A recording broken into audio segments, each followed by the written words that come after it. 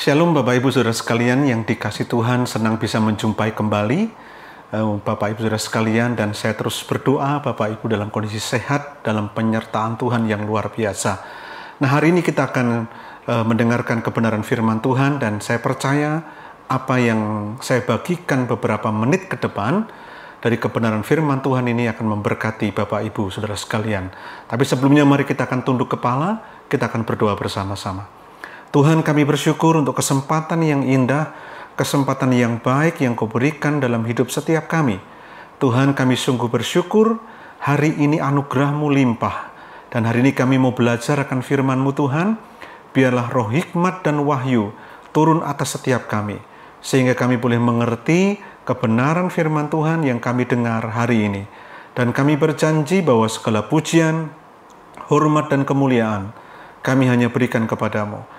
Di dalam nama Yesus, kami sudah berdoa dan mengucap syukur. Haleluya. Amin. Bapak, Ibu, Saudara sekalian, hari ini kita menghadapi satu masa yang tidak mudah, yang kita menyebut dengan pandemik, dan banyak hal yang terjadi, tatanan-tatanan di segala bidang telah berubah. Dan hari ini kita masih berada di masa pandemi itu. Dan yang pasti bahwa tentu kita akan berharap melewati masa pandemi ini. Nah, setelah pasca pandemi ini, tentu kita melihat ada banyak hal yang berubah. Ada banyak hal yang akan berubah. Nah, saudaraku, perubahan itu terus bergulir dan pasti akan terjadi dan terus akan terjadi. Nah, bagaimana kita, para hamba-hamba Tuhan yang melayani, kita semua anak-anak Tuhan, bisa berada di masa perubahan itu sendiri? Bagaimana kita bisa memenangkan di dalam perubahan itu, dan kita bisa eksis, kita bisa menghasilkan sesuatu, dan kita bisa berbuah bagi Kristus. Saudaraku, yang tidak berubah hanya satu, yaitu firman Tuhan. Kebenarannya dan rencananya dalam hidup setiap kita tidak akan pernah berubah.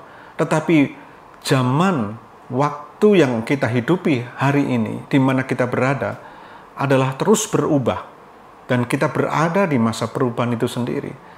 Nah, hari ini pertanyaan yang paling penting buat kita adalah, kalau semuanya telah berubah, kita sebagai hamba Tuhan, pelayan-pelayan Tuhan, umat Tuhan, siapkah kita berubah juga? Sebab kalau kita tidak siap untuk berubah, kita akan kehilangan segala-galanya. Nah, saudaraku, hari ini kita mau belajar tentang cakap untuk terus berubah. Cakap untuk terus berubah. Saya sangat terberkati dengan pernyataan Tuhan Yesus di dalam Matius 9 ayat 17. Nah, saat itu terjadi sebuah perdebatan, dan di mana orang Farisi dan ahli Taurat bertanya tentang berpuasa, di mana murid-murid Yesus pada waktu itu tidak berpuasa seperti mereka. Tapi hal yang menarik adalah jawaban Yesus. Nah, kita melihat bersama-sama dalam Matius 9 ayat 17. Begitu pula anggur yang baru tidak diisikan ke dalam kantong kulit yang tua. Perhatikan, anggur yang baru tidak diisikan ke dalam kantong kulit yang tua. Karena jika demikian, kantong itu akan koyak, sehingga anggur itu terbuang dan kantong itu pun hancur. Tetapi anggur yang baru disimpan orang dalam kantong yang baru pula, dan dengan demikian terpeliharalah kedua-duanya. Nah, jawaban Yesus ini sangat menarik, saudaraku. Dikatakan anggur yang baru tidak diisikan ke dalam kantong kulit yang tua. Ada alasannya. Alasannya adalah kalau itu dilakukan, maka kantong yang tua itu akan koyak, dan anggur itu terbuang, dan kantong itu pun hancur. Tetapi anggur yang baru disimpan orang dalam kantong yang baru pula, dan dengan demikian terpeliharalah kedua-duanya. Nah, saudaraku yang dikasih Tuhan, ini bicara tentang apa? Tentang bagaimana kita siap menghadapi sesuatu yang baru yang datang di dalam hidup kita. Ya, jadi kita harus siap untuk menghadapi sesuatu yang baru yang datang di dalam hidup kita. Sebab kalau kita tidak siap, maka kita akan mengalami problem yang cukup serius. Nah, saudaraku yang dikasih Tuhan, terkadang seiring berjalannya waktu, kita mengalami mindset atau sudut pandang cara berpikir yang error, atau mungkin lambat, atau bahasa kerennya lemot, ya, dan tidak lagi memiliki ketepatan lagi dengan kebenaran firman Tuhan, dan bahkan sudah menyimpang dari kebenaran itu sendiri. Nah, saudaraku, seringkali berjalannya waktu, kita ini memiliki sudut pandang, mindset, cara berpikir yang error, mungkin lambat dan tidak lagi memiliki ketepatan lagi dengan kebenaran firman Tuhan, dan bahkan sudah menyimpang dari kebenaran. Nah, ketika itu terjadi, apa yang harus kita lakukan? Ketika hal itu terjadi, apa yang harus kita lakukan? Yang jelas, kita harus menata ulang, atau dalam bahasa yang kita mengerti, itu adalah memperbaharui pola pikir kita supaya berada di jalur yang benar. Nah, saudaraku, sering kali ini menjadi pergumulan setiap kita. Karena berjalannya waktu, tanpa sadar, kita memiliki pola pikir yang sudah lambat, pola pikir yang mungkin error dan tidak pas lagi dengan apa yang Tuhan inginkan di dalam hidup setiap kita. Apa yang menjadi kehendak Tuhan untuk kita lakukan di dalam hidup kita. Nah, saudaraku, cara berpikir ini yang perlu kita jaga betul, saudaraku, dan kita harus mau berubah setiap waktu, karena tidak ada manusia yang sempurna. Oleh sebab itu, saudaraku yang dikasihi Tuhan, ketika itu terjadi, kita harus menata ulang, atau dalam bahasa yang sederhananya, memperbaharui pola pikir, supaya kita kembali ke jalur yang benar. Nah, saudaraku, sebelum semua itu terjadi, sebelum kita memperbaharui pola pikir kita, maka tidak akan ada perubahan yang signifikan yang terjadi di dalam pelayanan dan hidup kita. Nah, seringkali ada banyak begitu pertanyaan. Kenapa ya kok hidupku tidak berubah? Tidak ada sesuatu yang berarti, tidak ada sesuatu yang luar biasa. Kenapa pelayananku kok hanya begini-begini aja? Nah, saudaraku, seringkali disebabkan oleh kita tidak mau berubah. Cara berpikir kita, mindset kita, tidak kita perbaiki, kita tidak perbaharui, sehingga tidak ada perubahan yang signifikan di dalam pelayanan dan di dalam hidup kita. Bahkan sebelum kita memperbaharui pikiran, mungkin mujizat, terobosan sulit menghampiri kita. Tidak pernah terjadi mujizat, tidak pernah terjadi terobosan di dalam hidup kita. Sulit menghampiri, mujizat sulit menghampiri kita. Terobosan sulit menghampiri kita. Nah, sering kali ini yang menjadi problem di dalam hidup kita. Kita akan masuk di satu masa tatanan yang berubah, saudaraku. Injil tidak pernah berubah. Injil harus diberitakan, dan tetap Injil itu tidak pernah berubah. Kebenaran firman Tuhan tidak pernah berubah. Tetapi seringkali persoalannya adalah kita ya memiliki cara berpikir yang kurang tepat, atau lambat, atau bahkan mungkin error. Dan itu seringkali yang menjadikan apa yang kita lakukan tidak mengalami terobosan-terobosan, dan bahkan mujizat-mujizat tidak menghampiri diri kita. Dan sehingga kita mengalami stagnasi, dan kita frustasi di dalam pelayanan kita, bahkan di dalam kehidupan kita. Nah, saudaraku yang dikasihi Tuhan, ada peristiwa yang sangat menarik yang terjadi pada diri Petrus. Ketika ia sedang berdoa, ya, pada waktu dia berdoa di Kisah Para Rasul, dia berdoa, ia mendapat penglihatan bahwa ada kain lebar yang turun di hadapannya pada waktu itu. Kain itu berisi, dalam penglihatan itu, berisi binatang berkaki 4. Binatang menjalar dan juga burung ada di dalam kain itu, berisi dimunculkan di dalam kain itu. Kemudian ada suara yang berkata, "Sembelihlah dan makan." Lalu kemudian Petrus menjawab, kalau Anda baca di sana, makanan itu haram. Ia tidak bisa memakannya. Jadi Petrus gak mau memakan karena itu makanan haram. Lalu terdengar suara lagi, apa yang dinyatakan halal oleh Allah tidak boleh engkau nyatakan haram. Nah, saudaraku yang dikasihi Tuhan, ingat bahwa Petrus sudah bertahun-tahun didoktrin, ditanamkan di benaknya untuk tidak makan makanan haram seperti yang dilihatnya dalam penglihatan itu.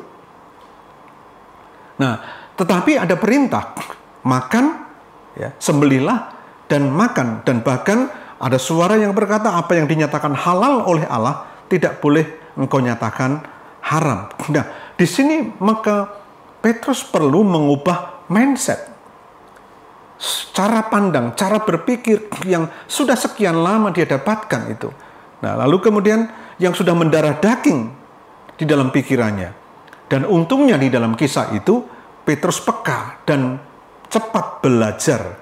Sehingga apa yang Allah inginkan terjadi persis seperti apa yang Tuhan mau. Kehendak Allah terjadi lewat peristiwa penglihatan itu dan Tuhan memakai Petrus. Coba kita bayangkan, kalau seandainya pada waktu itu Petrus tidak belajar dan tidak peka terhadap suara Tuhan yang berkata bahwa apa yang dinyatakan halal oleh Allah tidak boleh engkau nyatakan haram.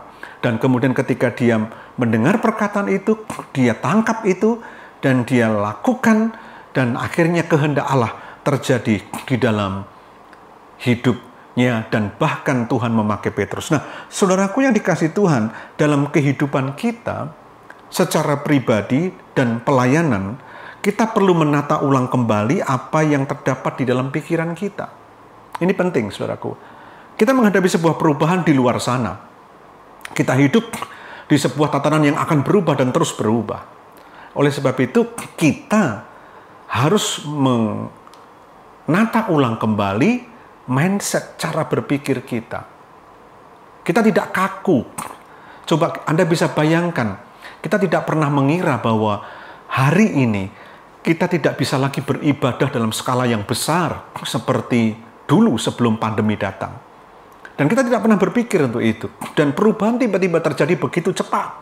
Dan kemudian kita ibadah dibatasi, dan kemudian harus pakai protokol, dan sebagainya, dan sebagainya. Lalu kemudian beberapa gereja yang besar mulai beribadah dengan sistem online, dan sampai hari ini sebagian besar gereja beribadah secara online.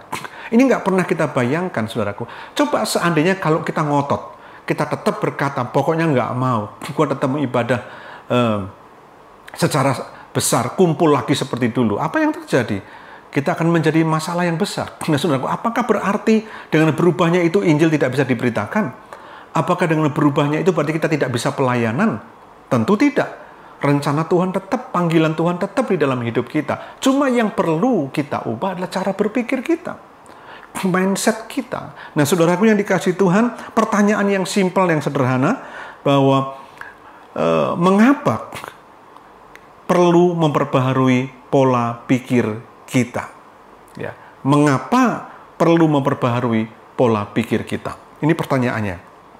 Mengapa kita perlu mengubah pola pikir kita?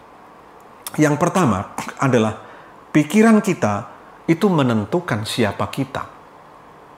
Pikiran kita itu menentukan siapa kita. Kita akan buka bersama-sama dalam Amsal 23 ayat yang ke-7 bagian A, berkata demikian. Sebab seperti orang yang membuat perhitungan dalam dirinya sendiri, demikianlah ia. Saya ulangi, sebab seperti orang yang membuat perhitungan dalam dirinya sendiri, demikianlah ia.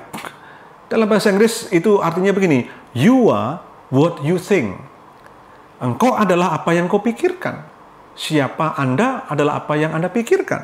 Nah, jadi pikiran kita adalah produk kita, saudaraku. Pikiran kita adalah produk kita. Jadi dari pikiran ini kita akan menghasilkan, dan pikiran kita ini adalah produk kita. Nah, saudaraku yang dikasihi Tuhan, saya berkata begini, pikiran kita entah baik atau buruk akan mempengaruhi tindakan kita.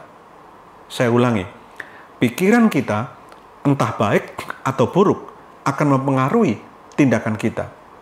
Kalau kita berpikir tidak bisa, tidak mau, aku tidak bisa pokoknya, maka seluruh tubuh seolah mendapat pesan dari otak untuk tidak perlu mencoba, karena mustahil untuk berhasil kalau mencoba. Jadi kenapa banyak orang yang tidak mau mencoba untuk berubah, membuat sesuatu, mengubah mindset, mencoba untuk menata ulang kembali cara berpikirnya, ya.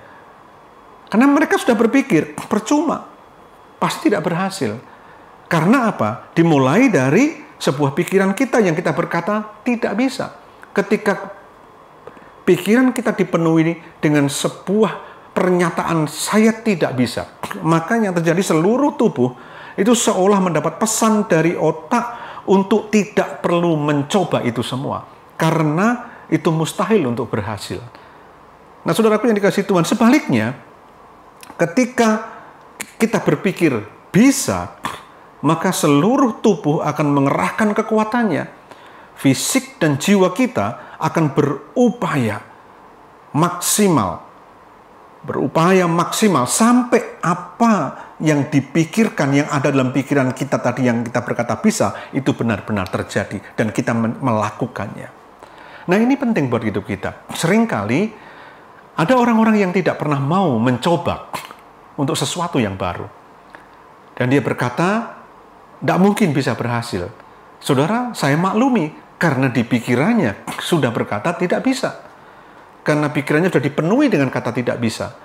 Ketika pikirannya dipenuhi dengan tidak bisa, maka yang terjadi adalah seluruh tubuhnya mendapat perintah dari otak untuk tidak perlu mencoba. Nah, saudaraku yang dikasihi Tuhan, ada orang-orang yang menginginkan kemajuan. Ini yang fatalnya adalah ada orang-orang yang menginginkan kemajuan, tetapi yang ada di kepalanya, yang ada di pikirannya, hanya trauma-trauma masa lalu yang terus direkam. Sehingga hidup di masa lalu dan tidak pernah mau berubah.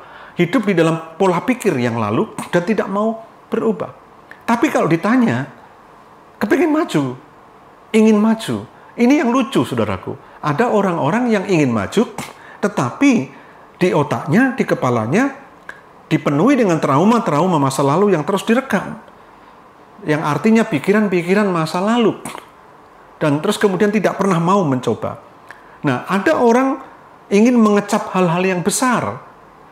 Selalu kepingin kalau lihat orang lain menerima hal-hal yang besar dari Tuhan.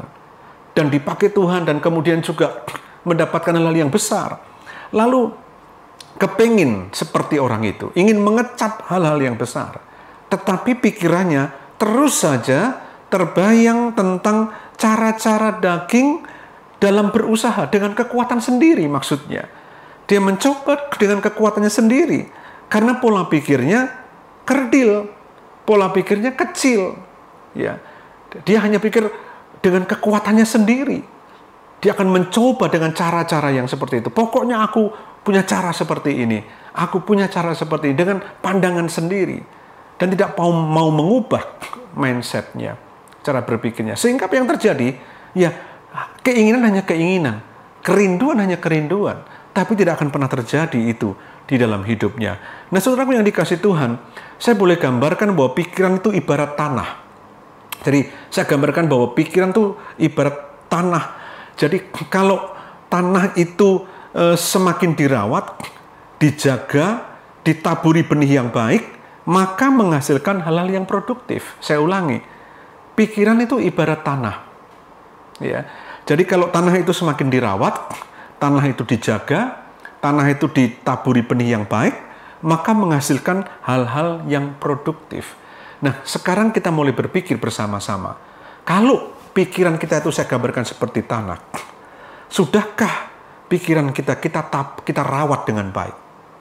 Kita rawat dengan baik. Artinya kita rawat itu kita betul-betul siap untuk mau terus berubah. Kita olah pikiran kita sesuai dengan firman Tuhan, sesuai dengan tuntunan Tuhan. Kita menghadapi segala sesuatu yang kelihatannya sulit hari ini. Tetapi itu bukan masalah. Tapi pikiran kita tata ulang. Kita memperbaharui kembali sesuai dengan firman Tuhan. Dan bahkan panggilan Tuhan yang Tuhan berikan dalam hidup kita. Dan kemudian rencana Tuhan yang kita sudah tangkap dalam hidup kita. Itu kita terus sesuaikan terus setiap hari. Dan saya yakin, saudaraku, bahwa ketika pikiran itu dirawat, dijaga, lalu ditaburi benih yang baik yang datang dari Tuhan, maka akan menghasilkan hal-hal yang produktif. Ingat bahwa kreativitas itu datang dari Tuhan. Kreativitas itu datang dari Tuhan. Tuhan itu yang memberikan kreativitas di dalam hidup setiap kita. Jadi alasan yang pertama, kenapa kita mesti memperbaharui pola pikir kita, Karena pikiran kita itu menentukan siapa kita. Dan yang kedua, saudaraku, kenapa kita memperbaharui pikiran kita? Yang kedua, pikiran kita perlu disegarkan kembali. Perlu disegarkan kembali, saudaraku.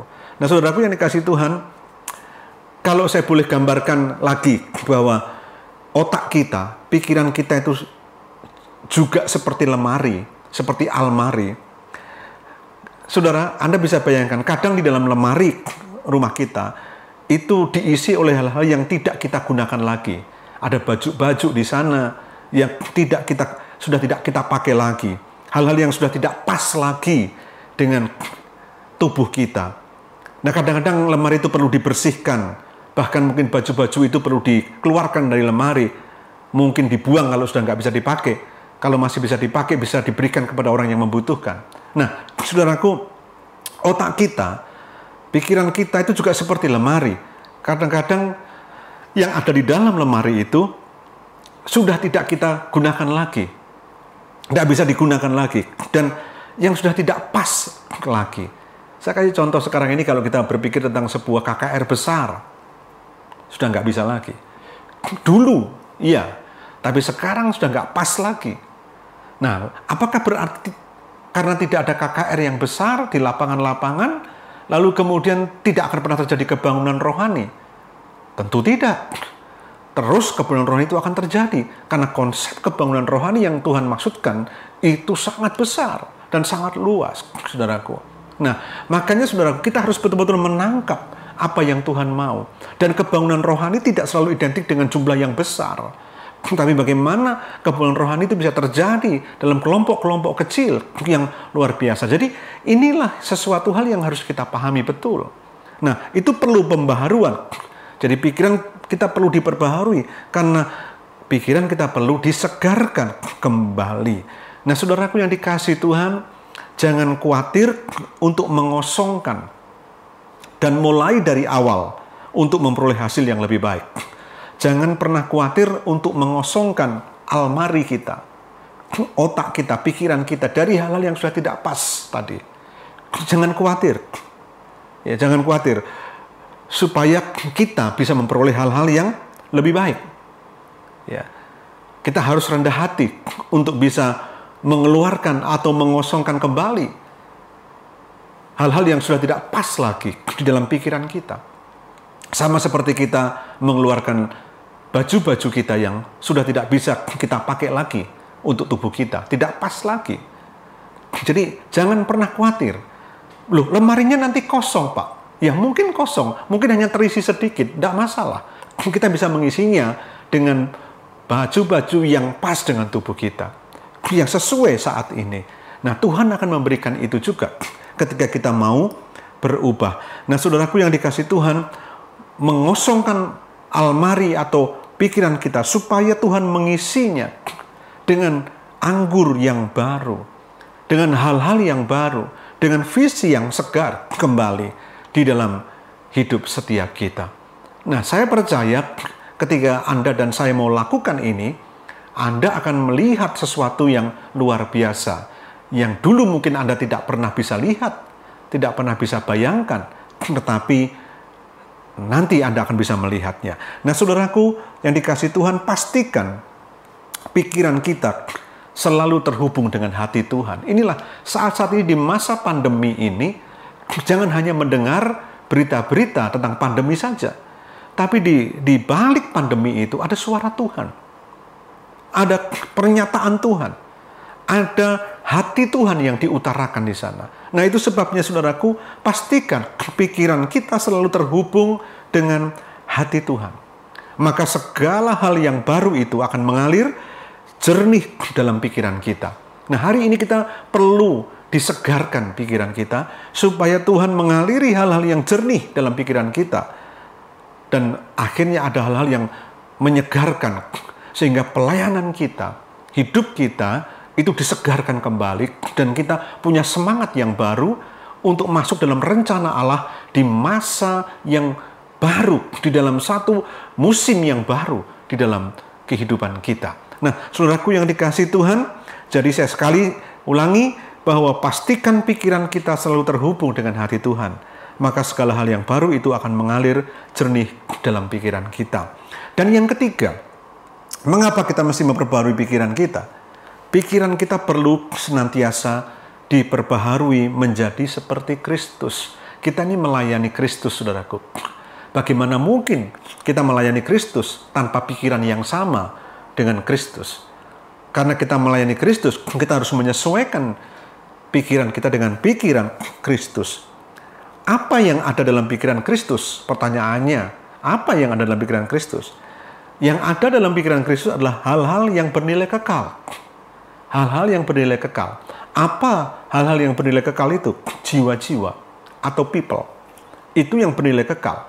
Nah, saudaraku, mari kita diperbaharui cara berpikir kita. Diperbaharui pikiran kita supaya sama dengan pikiran Kristus. Jadi kita tidak akan mungkin bisa melayani Kristus tanpa pikiran yang sama dengan Kristus. Nah, apa yang ada dalam pikiran Kristus? Yaitu hal-hal yang bernilai kekal. Hal-hal yang bernilai kekal itu apa? Jiwa-jiwa atau people. Nah, saudaraku, hidup kita dipenuhi dengan mindset, cara berpikir, sudut pandang, sikap yang terdapat di dalam Kristus. Nah, kalau Anda perhatikan, Yesus itu tampil beda, saudaraku. Saya perhatikan di kitab Injil, Yesus itu tampil beda, luar biasa. Saudara, dari mulai awal dia ada di atas muka bumi ini sebagai manusia, Yesus dibaptis oleh Yohanes Pembaptis. Saudaraku, bayangkan Yesus dibaptis oleh Yohanes Pembaptis. Siapa Yesus itu? Anak Allah yang menjadi manusia. Tapi dibaptis oleh Yohanes Pembaptis. Siapa Yohanes Pembaptis? Manusia biasa. Saudaraku. Lalu yang kedua, yang saya perhatikan, yang menarik adalah dia menjadi juru selamat yang mati secara hina dengan tujuan untuk keselamatan manusia yang dicintainya. Saya ulangi. Dia menjadi juru selamat yang mati secara hina. Saudara, juru selamat tapi matinya secara hina dengan tujuan untuk keselamatan manusia yang dicintainya. Wah, berbeda sekali, saudaraku. Ya, berbeda sekali. Jadi kita melihat inilah mindset. Jadi pikiran kita perlu senantiasa diperbaharui menjadi seperti Kristus. Saudaraku, hari-hari ini kita berada di dunia yang selalu berbicara soal kedudukan itu disebut segala-galanya. Semakin kedudukan tinggi, maka semakin besar dan semakin orang menghormatinya. Yesus justru dia dibaptis oleh Yohanes Pembaptis. Dan kemudian dia menjadi juru selamat, tapi matinya secara hina dengan tujuan keselamatan manusia yang dicintainya. Kontradiktif, saudaraku. Nah, pikiran yang seperti Kristus itu yang harus ada di dalam hidup setiap kita. Dan itu perlu diperbaharui supaya kita memiliki pikiran Kristus di dalam hidup kita. Yesus adalah pribadi yang sangat luar biasa. Yesus mempunyai mimpi yang menembus batas.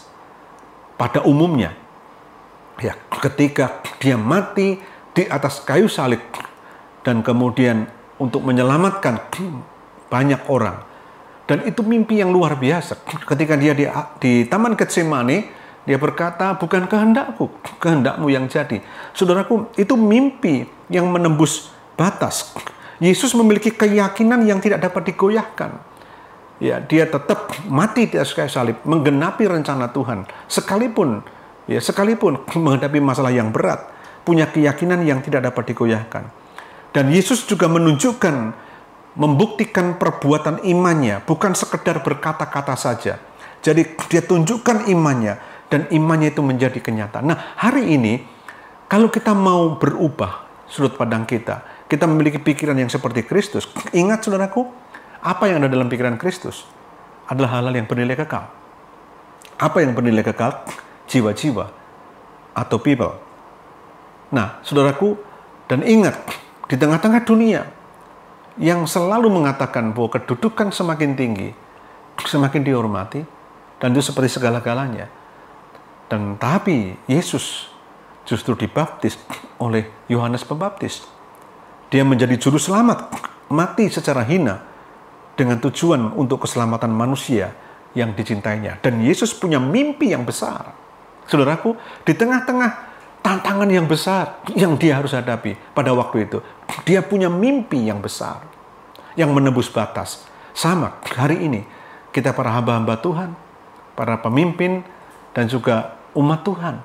Kita harus punya mimpi yang besar, yang menembus batas. Hari ini yang kita lihat dengan mata jasmani adalah kesulitan, tantangan, dan semua seperti ada penghalang-penghalang untuk kita bisa melayani Tuhan seperti dulu.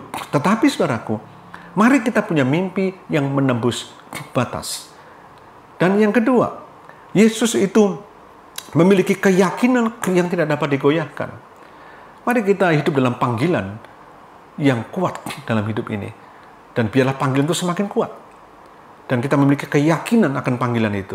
Dan tidak digoyahkan oleh zaman yang berubah hari ini.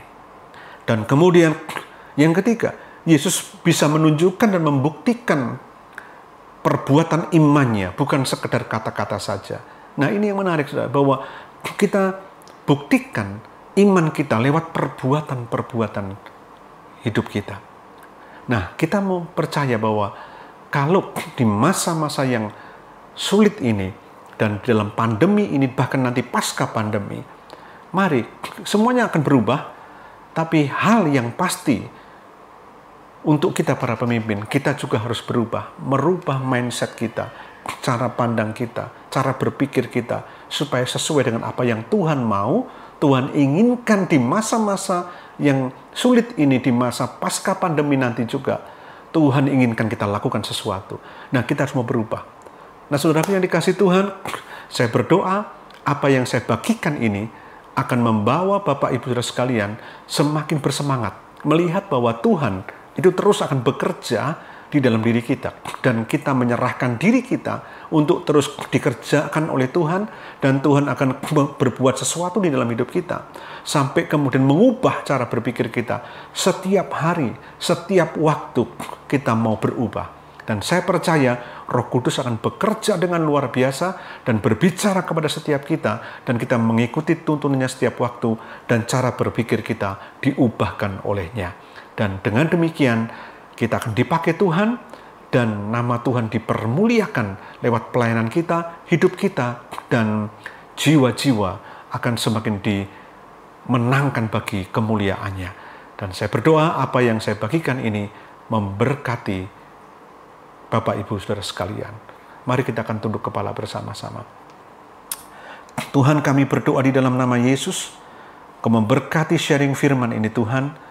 Biarkan setiap kami para pemimpin-pemimpin, hamba-hambamu juga Tuhan, dan seluruh umatmu, melihat bahwa di depan kami ada sesuatu yang besar yang Tuhan sudah siapkan. Dan hari ini dan seterusnya, kami siapkan diri kami untuk terus berubah. Tuhan terus mengerjakan dalam hidup kami, cara berpikir kami. Roh Kudus Engkau yang mengubahkan cara berpikir kami, mindset kami, sehingga hari demi hari, kami memiliki cara berpikir seperti Kristus berpikir. Dan kami sungguh percaya bahwa ketika kami punya kekuatan yang datang daripadamu, maka kami akan dimampukan melayani Engkau, bahkan berbuah lebat di masa-masa yang tidak mudah ini. Baik di masa pandemi maupun di masa pasca pandemi.